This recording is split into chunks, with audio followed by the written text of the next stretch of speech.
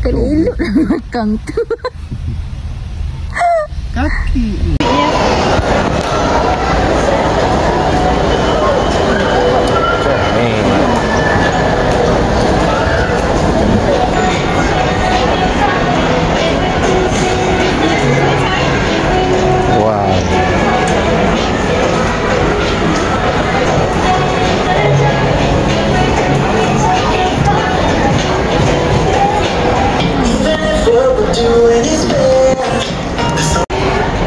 Cermin B. Apa dia?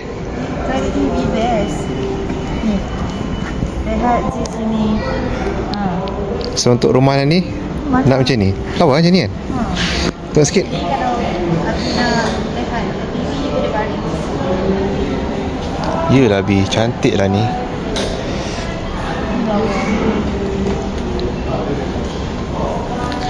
Sebab yelah baju kita dengan ni dah sama. Bibi jom kita tengok sana. Jom. Jom kursi cute untuk budak-budak. Ha.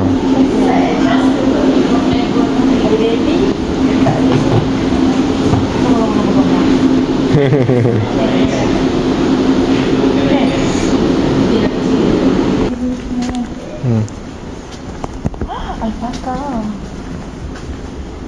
Sakit alpaka. Ni dah alpaka. Jom ya.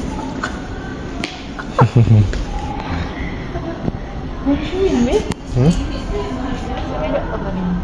Ni elephant eyes.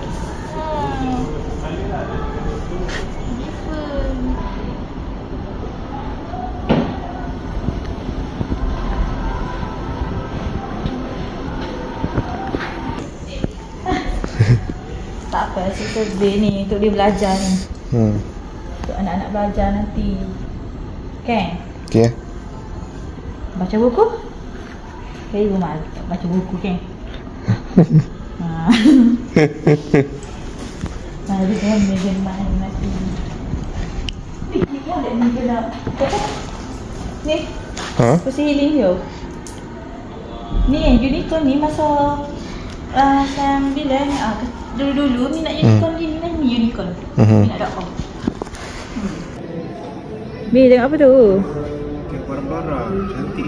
Nak survey untuk rumah ke? Ni. Kita duduk situ Bi. Boleh lah letak kat dalam rumah. Cantik lah. 1000%. Cantik juga letak barang. Yelah.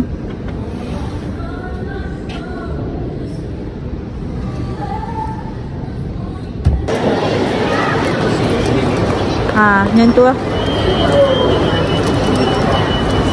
Thank you.